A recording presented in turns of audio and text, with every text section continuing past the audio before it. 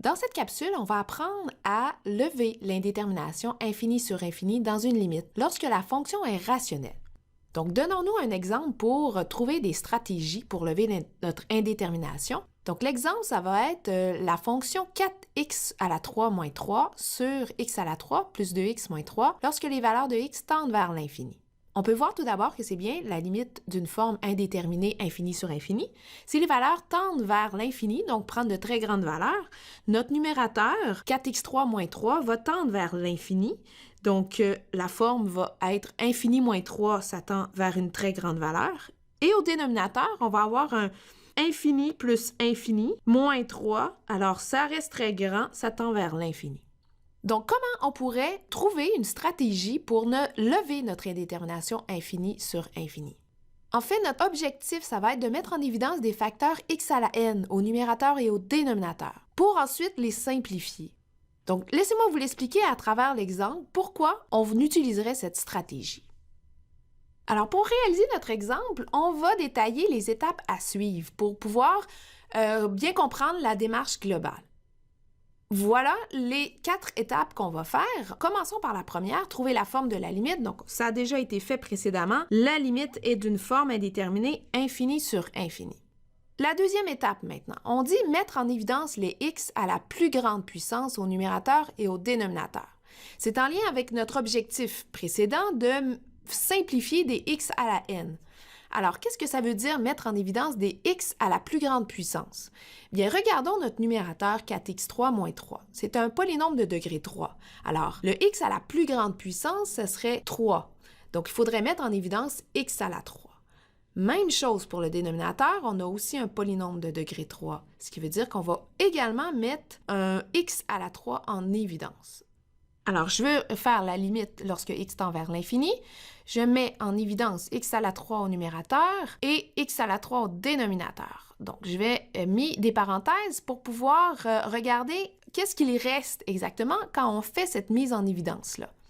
Eh bien, au numérateur, on avait 4x3 moins 3. En mettant x à la 3 en évidence, en fait, ce qu'on a fait, c'est qu'on a divisé chacun des termes de mon polynôme par x à la 3. Ce qui veut dire que 4x3, lorsque je divise par x à la 3, ben, il va rester 4. Et la même chose, moins 3, lorsque je le divise par x à la 3, ben, justement, j'ai ma fraction moins 3 sur x3.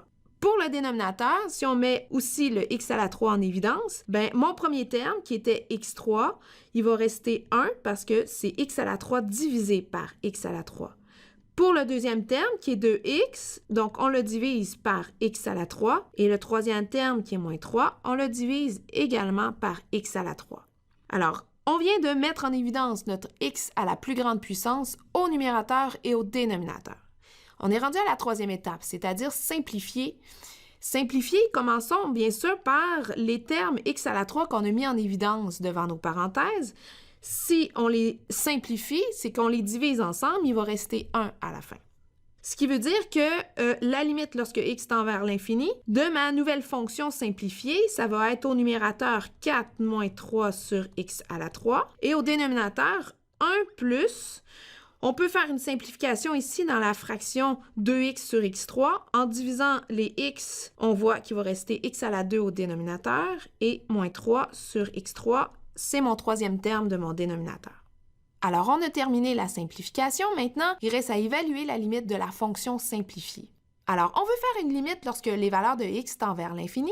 Les fractions que vous voyez à l'intérieur de notre fonction sont de la forme k sur infini. Pourquoi? Parce que les valeurs de x tendent vers l'infini et vous avez des puissances de x qui tendent également vers l'infini. Donc, toutes ces trois fractions-là, ce sont des fractions k sur l'infini qui est une forme qui tend vers 0. Ce qui veut dire que les trois fractions vont tendre vers 0. Et donc, le résultat de ma limite devient 4 moins 0. Donc, 4 divisé par 1 plus 0 moins 0. Alors, au dénominateur, il nous reste 1. Ce qui veut dire que le résultat de ma limite va être égal à 4. Alors, cet exemple résume les stratégies pour lever votre indétermination infinie sur une fonction rationnelle. Maintenant, je vous laisse sur une petite question. Seriez-vous en mesure de trouver ou de deviner votre résultat de votre limite si votre polynôme au numérateur a un degré plus élevé que celui du dénominateur? Ou vice-versa, le degré du dénominateur serait un degré plus élevé que votre numérateur. Je vous laisse là-dessus. Je vous remercie. À la prochaine.